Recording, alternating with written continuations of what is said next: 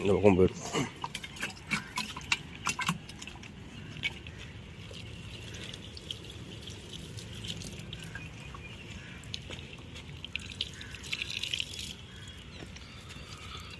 இது வந்து வாட்டர்மெலான்.